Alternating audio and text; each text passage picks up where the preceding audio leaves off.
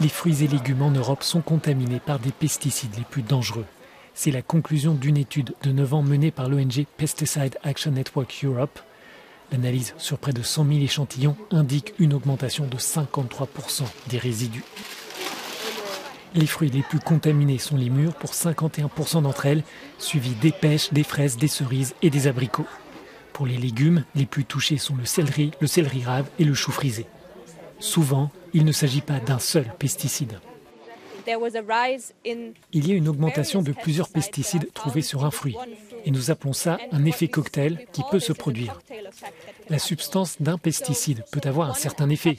Et si l'on ajoute un autre pesticide sur le même fruit, ces deux produits peuvent interagir et avoir des effets qui n'ont même jamais été étudiés. Selon les auteurs de l'étude, ces conclusions révèlent un échec des États membres dans la mise en œuvre des règles européennes au détriment de la protection des consommateurs.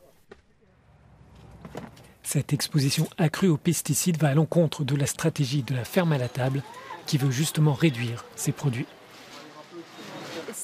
Il ne s'agit pas de diaboliser les agriculteurs, ils sont sous de très fortes pressions. Il s'agit d'alerter les autorités, les États membres et l'Union européenne pour soutenir les producteurs, pour qu'ils adoptent des techniques alternatives et qu'ils s'ajustent aux règles pour réduire davantage les résidus de pesticides. Contactée par Euronews, la Commission européenne n'a pas souhaité commenter en détail le rapport, mais elle souligne que les études menées par l'Autorité européenne de sécurité des aliments, l'EFSA, indiquaient au contraire un progrès. La tendance montrée par les rapports de l'EFSA entre 2011 et 2020 est positive puisque plus de 2/3 des échantillons contenaient aucun résidu en 2020, une amélioration par rapport à 2011 où cette tendance concernait la moitié des échantillons, souligne l'institution.